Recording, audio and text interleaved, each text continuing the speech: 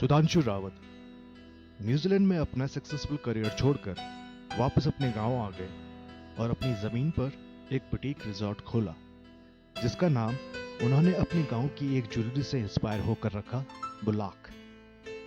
बुलाक resort का basic architecture typical पहाड़ी है जिसमें लोकली अवेलेबल मटेरियल यूज किया गया है, लेकिन एक फ्यूजन के मीडियम से रिजॉर्ट को एक मॉडर्न टच भी दिया गया है जो सुधांशु के होम कमिंग का एक एग्जेम्पलरी एसेट है। हाय, मेरा नाम सुधांशु है, सुधांशु रावत, और मैं मसूरी के पास में एक छोटा सा गांव है क्यालकुली, वहाँ का हूँ। यहीं पे पैदा हुआ था। मसूरी से ही मेरी एजुकेशन हुई है, सेंट जॉर्जेस कॉलेज से। फिर उसके बाद मैंने कॉलेज अपना किया और कॉलेज करने के बाद फिर मैं न्यूजीलैंड चले गया। न्यूजीलैंड में पढ़ाई करने के साथ साथ मैंने अपना काम भी किया। तो 3 साल के लिए मैंने वहाँ पे काम किया और 3 साल कंस्ट्रक्शन में काम कर रहे थे। बहुत ही ज़्यादा बिजी लाइफ थी उधर। मतलब सुबह उठते थे और शाम को काम करते करते सो जाते थे इतनी बिजी लाइफ थी। पर उसके बाद फिर इच्छा हुई कि वापस अपने गांव को चलें, वापस अपने शहर को चलें, वहीं पे कुछ छोटा मोटा करके वहीं पे सेटल हो। क्योंकि तुम चाहे जहाँ दौड़ लो लेकिन आखिर में तो you have to go back to home. तो कहा जब आखिर में रहना ही वहाँ पे तो क्यों ना अपने शहर वापस जाया जाए। तो शहर में वापस आके काम शुरू किया, अपने फैमिली बिजनेस को भी आगे बढ़ाया और अपने साथ साथ कुछ नए काम भी जोड़े। तो यहाँ पे आके फिर हमने बुलाक रिजॉर्ट जो है उसको बिल्ड किया।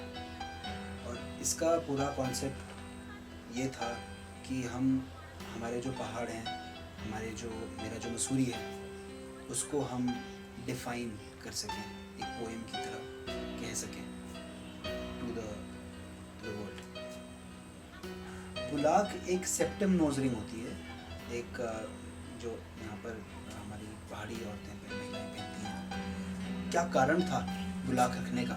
क्योंकि वो एक आभूषण है, एक गहना है। तो मसूरी जैसे है, it's like Mussoorie is the queen of hills. तो मसूरी को आप देखो, इट्स लाइक रिच, और हम जो जोग्राफिकली प्लेस्ड हैं वो एकदम नाक पे हैं। तो हमारा जो रिजॉर्ट है वो हमने बनाया एक आभूषण, एक गहने की तरह है, विच इज़ लाइक अ बुलाक, जो एक बुलाक है मसूरी जो रानी है उसके फेस पे। सुधांशु का मोटो है अपनी एथनिसिटी को अपने रिजॉर्ट के थ्रू देश विदेश में पोर्ट्रे करना, चाहे वो रिजॉर्ट का थीम हो या फिर उसका नाम। तो हमारा जो ये रूम है बुलाक रिजॉर्ट में, इस रूम में हमने कोशिश की है कि पूरा हमारा पहाड़ी जो आर्किटेक्चर है, जिसको कोटी बनाल एक इंडिजिनस फॉर्म ऑफ आर्किटेक्चर है यहाँ का, उसको हम इम्प्लीकेट करें, आर्टिस्टिक इम्प्लीकेट करें। तो वो हमने इस रूम में किया है, जिसमें हमने stone and would basically use की गई है इसमें। तो आप देखिए जैसे कि हर 2 फीट की मेसनरी के बाद हमने एक वुडन शाफ्ट यूज़ की है। ये एक स्पेशल एक कोटी बनाल फॉर्म ऑफ आर्किटेक्चर होता था। पूरे रूम में आप देखोगे जो थीम यूज़ की है हमने, वो पूरी स्टोन एंड वुड यूज़ की गई है। इवन जो वॉल्स हैं वो हमने कोशिश की है, जो वॉल्स हैं इनमें जो हमने पेंट जो किया है, ये हाथों से पेंट किया है, इसको एक इम्प्लीकेट करने के लिए, जैसे गांव में हमारी लिपाई होती थी, उसको आर्टिस्टिकली इम्प्लीकेट करने के लिए। वुड जो हमने यूज़ की है, सारी वुड, वो सारी रिक्लेम वुड है। अगर आप देखें तो हमने कोई नया इसमें कुछ लक्कड़ काट के नहीं लगाया है। इसमें जितना भी रिक्लेम वेस्टेज वुड था वो हमने लगाया है। कवर्ड से ले लें, चाहे आप स्टूल से ले लें, चाहे आप एसी वेंट्स से ले लें, चाहे आप ऊपर जो हमारे बीम्स जो लगे हैं उनसे ले लें। और ये रूम का जो हमने नाम दिया है, वो भी हमने चौफाल दिया है। चौफाल एक पहाड़ी वर्ड है जिसका मतलब एक लव सॉन्ग होता है। एंड डिफरेंट रीजन्स में, अलग अलग रीजन्स में इसका अलग अलग मीनिंग होता है। कहीं में इसको लव सॉन्ग कहते हैं, कहीं में ये एक सीज़न भी कहा जाता है। ये रूम जो है इसका नाम डांडा है। हमने इसका नाम डांडा रूम रखा है। डांडे का मतलब होता है, हमारे पहाड़ों में जो हमारे जो गांव होते थे, हर एक गांव का एक अपना डांडा होता था। तो उसमें क्या होता था कि गर्मियों में लोग अपने डांडों में चल जाते थे, अपनी उनकी कुछ सॉर्ट ऑफ छान छप्पर होती थी जहाँ पे उनकी गाय मवेशी जो होते थे उनको रखते थे। तो गर्मी में थोड़ा गर्म हो जाता तो ठंडे इलाके में चल जाते थे अपने ऊपर डांडे में। तो डांडा जनरली क्या होता था कि उनके मेक शिफ्ट काइंड ऑफ घर होता था, मतलब रहने का एक होता था बंदोबस्त जो किया रहता था उनने, तो पूरा लकड़ी से बना होता था। तो हमने इस रूम में, जिसको डांडा रूम है हमने नाम दिया है, इसमें हमने वो चीज़ आर्टिस्टिकली इम्प्लीकेट करने की कोशिश की है। इसमें हमने पूरा रूम जो है वुडन बनाया है और एक डांडा वाली फील उनको दी है, क्योंकि ऑब्वियसली हमारे जो टॉप फ्लोर्स हैं उनमें ये डांडा रूम है। ये जो रूम है ये एक डिफरेंट थीम में हमारा बेस्ड है, जो कि मैकेंजी थीम है।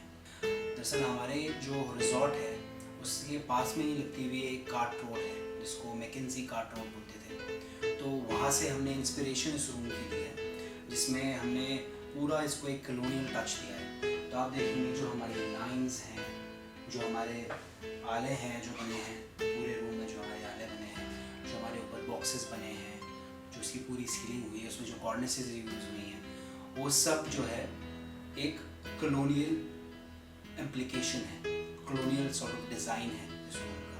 क्योंकि मसूरी जब ब्रिटिशर्स ने इस्टेब्लिश किया था, जब उन्होंने यहाँ पे as a tourist get away kind of उन्होंने यहाँ पे इस्टेब्लिश किया था मसूरी को, तो यहाँ पे एक उनके आर्मी जनरल थे जो इस रूट को बहुत यूज़ किया करते थे। तो इस रूट को कार्ट मैकेंजी रोड कहा कहते हैं। तो उसी से हमने इंस्पिरेशन लेके इस रूम का नाम रखा मैकेंजी। अपने होम टाउन और उसके एनवायरनमेंट को प्रिजर्व करने के इरादे से सुधांशु ने यंगस्टर्स का एक ग्रुप बनाया, जिसका नाम रखा गया अंगार। अंगार ग्रुप में वो यंगस्टर्स हैं जो बड़े शहर छोड़कर वापस छोटे शहरों में आ गए हैं।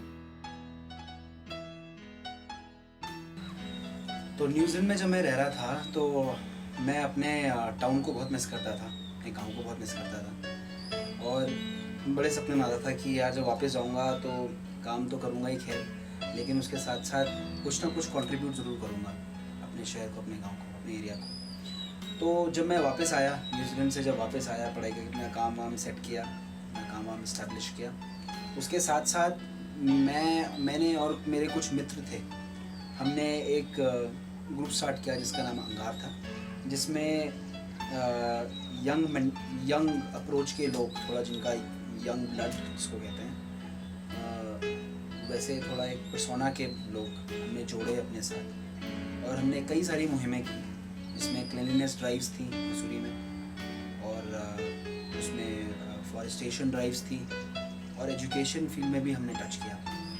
तो लास्ट ईयर हमने अराउंड 3 क्लीनलीनेस ड्राइव्स की थी, और अंगार ग्रुप ने अराउंड 100 पेड़ लगाए थे।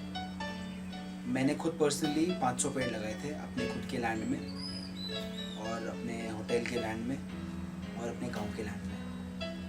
और इस साल भी थोड़ा बिजी रहने के बावजूद हमने मॉनसून्स में, मैंने खुद पर्सनली बैम्बू पेड़ लगाए हैं लैंडस्लाइड्स को रोकने के लिए। काफ़ी सारे एरियाज़ थे जहाँ पे लैंडस्लाइड हो रहा था, तो वहाँ पे हमने बैम्बू पेड़ लगे, क्योंकि बैम्बू बहुत जल्दी उगता है, बहुत जल्दी फैलता है, और वो लैंड को रिक्लेम भी कर देता है। लेकिन माइग्रेशन ऑफ यूथ अभी भी एक बड़ी प्रॉब्लम है। देखिए, माइग्रेशन तो होगा, मेरा थोड़ा एक डिफरेंट व्यू है इसमें। माइग्रेशन तो होगा क्योंकि हमारे पहाड़ों में इतनी सारी फैसिलिटीज़ नहीं है। टू बी ऑनेस्ट, अगर देखा जाए तो इतनी सारी फैसिलिटीज़ नहीं है, B it education, B it medicine, B it infrastructure तो खैर पूरे भारत में नहीं है ढंग से, मतलब उसका काफ़ी रोल अभी हैव टू इंस्टिगेट मोर। पर खासकर हमारे पहाड़ों में माइग्रेशन तो बाउंड टू हैपन, लेकिन एक जो उम्मीद की किरण वो है हमारे यंगस्टर्स। और मैं, जहाँ तक आप मेरा एडवाइस अगर पूछते हो, तो मैं सबसे पहले बात करूँगा role models in the society. चाहे हमारे छोटे टाउन्स हो, चाहे हमारे छोटे छोटे जो गाँव हैं वो हैं, और इवन बड़े टाउन्स जो जैसे देहरादून हो गया, नैनीताल हो गया, हमको रोल मॉडल्स की बहुत सख्त ज़रूरत है, खासकर यंगस्टर्स में। और जहाँ मैं रोल मॉडल्स बोलता हूँ, वहाँ पे एक बहुत cliche form of role models नहीं, एक very dynamic and different sort of role models, जो एग्जाम्पल सेट करें बाकी यूथ के लिए कि नहीं, तुम अपने जगह में रह के भी बहुत कुछ कर सकते हो। बहुत सारे एवेन्यूज़ हैं। मैंने तो चलो टूरिज़्म में वर्क कर रहा हूँ, और अभी हम टेक्नोलॉजी के ऊपर भी वर्क कर रहे हैं, मेरा भाई और मैं। मेरा भाई न्यूजीलैंड में रहता है और वो भी सब कुछ, he is got a fabulous job there, he works with the Auckland council, और वो सब छोड़ के वापस आ रहा है अपने गाँव, अपने शहर, अपने पहाड़ों में आ रहा है, और वो इसी आइडियोलॉजी को लेके आ रहा है कि वो कुछ ना कुछ करेगा, क्योंकि क्या है लाइफ, कितना पैसा कमा लोगे, कुछ टाइम बाद चले जाओगे, सब कुछ यहीं रह जाएगा। पर एटलीस्ट अगर आप कुछ ऐसा कर देते हो कि सोसाइटी में कुछ चेंज हो जाए, कुछ चेंज लेके आ जाओ, तो आने वाली generations, you know, life becomes very very easy for them.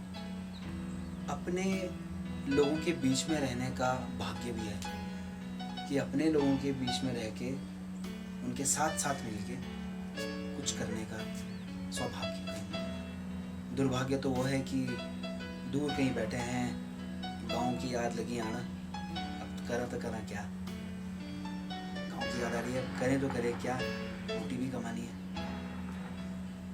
तो जाओ, शहर जाओ, पूरे देश घूमो, विदेश घूमो, लेकिन वापस आके अपने सोसाइटी, अपने एरिया के लिए कुछ ना कुछ करो। और ऐसे जब बहुत सारे लोग विभिन्न विभिन्न जगहों में जब करेंगे, तो अपना आप हमारा जो स्टेट है, हमारा जो एरिया है, वो एक अपना उभरता चला जाएगा।